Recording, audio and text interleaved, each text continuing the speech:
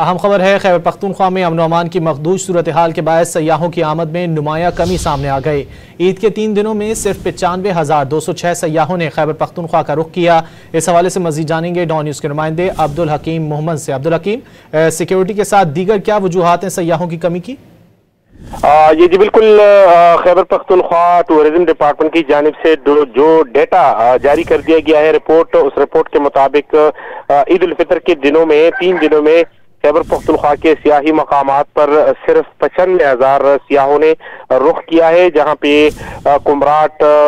ناران، کاغان اور گلیات شامل ہیں، جبکہ دوسری جانب جب کمپیئر کیا جائے سال 2024 میں 5,80,000 سیاحوں نے ان مقامات کا رخ کیا تھا، اور یہ ایک نمایاں کمی ہے اس سال، رواں سال، جو کہ بتایا جا رہا ہے کہ سیکیورٹی کی مخدوش صورتحال کے باعث کمی آئی ہے۔ تاہم دیگر وجوہات میں یہ بھی ہے کہ ایک تو موسم،